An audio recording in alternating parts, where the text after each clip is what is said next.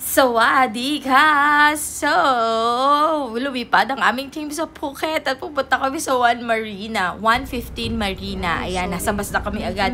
Actually, ito yung day 2 ng aming Phuket trip last year ng aming school.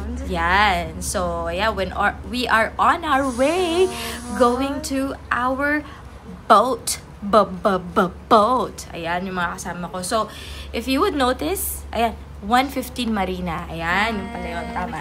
So, if you would notice, yan, puro girls, almost girls lahat ng nasa team namin or nasa mga co-teachers ko kasi nga, mostly ay kindergarten kami. So, ayan, may sinasabi ako. Hindi ko alam kung ano yung sinasabi ko doon.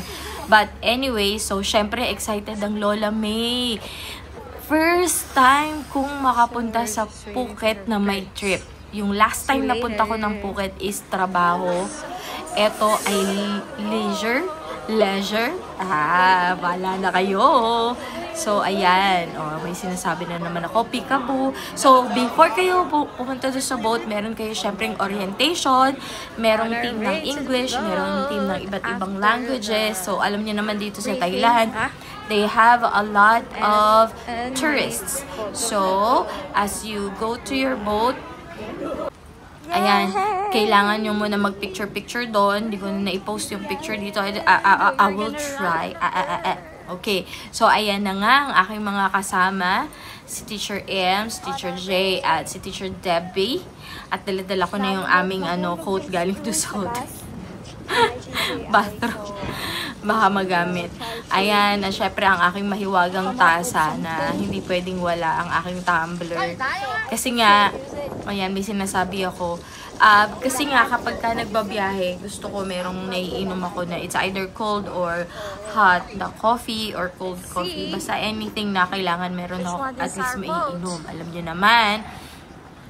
So, ayan, we're on our way. Ang aming badge ay blue. Isang galing ng yellow. So, blue at going to the boat na kami. So, meron kaming sariling boat dahil medyo marami kaming from school. So, mostly, mga kasama ko sa school ang kasama namin dyan sa aming private boat. Private boat. Ayan, outdoor ka kasi kailangan ko rin ng life vest dahil hindi ako marunong lumangoy. At pinagsisisihan ko bakit hindi ako marunong lumangoy dahil hindi ko siya masyado na-enjoy na magsisid-sisid. May pagkakataon dyan na mag-dive.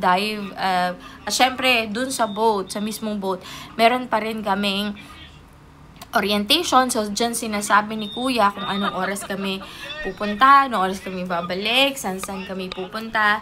So, I think ang first station namin na sinasabi niya dyan ay sa Phi Island. O, di ba? Hindi ko halata naggulo-gulo yung buhok ko.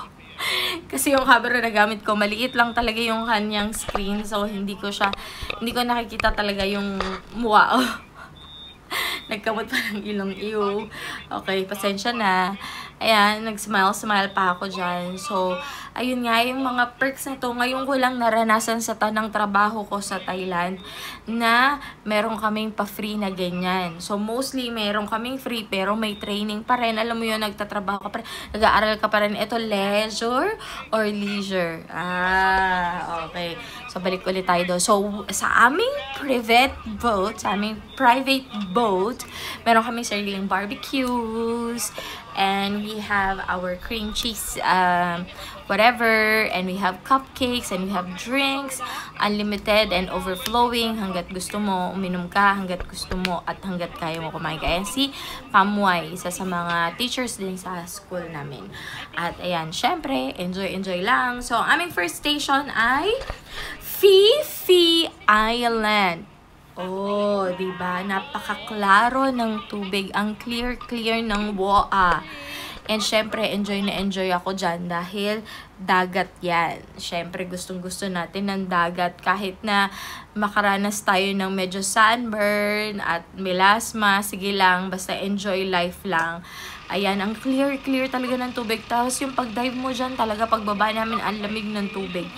And, syempre, kailangan marunong ka rin, sasama ka lang sa mga team mo, huwag kang hihiwalay. Diba? Ang hirap lalo na kapag merong mga language barrier. So, ayan, nandyan na kami. Mga picture-picture pang Instagram. Let's go, Andaman. Diba, ang linaw-linaw ng tubig. Paano hindi ka makakatiis na hindi maligo? At, alam nyo ba nga pala, isang trivia, nung pagbiyahe namin dito, ayun na, lulusong na ako. Bago ko sabihin yung trivia, ayan, ay sumabit pa yung palda ni ate. Siyempre, help muna natin siya. So, yun na nga, nag-dive kami dyan. Alam nyo ba, na that time, meron akong buwan ng dalaw. At, hindi ako pumayag na mapigilan na lumangoy. Since dagat naman yan, at gumamit ako ng letter T. Alam nyo na yon, girls. Hindi kailangan siya ng pads, 'di ba? So, effective naman siya. Effective siya. Though uneasy, lalo na sa akin na first time na naggamit nito, uneasy siya, ganun pala yung feeling niya. But anyway, so sanay na lang din kasi mas na-overpower ng pag-enjoy ko ang paglangoy-langoy dyan sa Phi Island. So, hinatid kami ng long tail boat dyan. Siyempre, enjoy sa paglangoy, istorya, at salamat sa aking camera na pwedeng malublob sa tubig, o diba? Kung sana marunong ako sumisid, di sana mas maganda, no? Kaya kayo dyan na may chance pang mag-aral lumangoy, go! Sayang naman yung mga ganitong chances.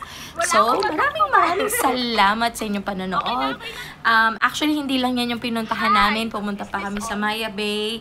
At saka doon sa isa pang medyo mas malalim na part ng dagat. At doon nag-stop over yung aming boat. Doon kami nag-slides. And I'm gonna tell that later.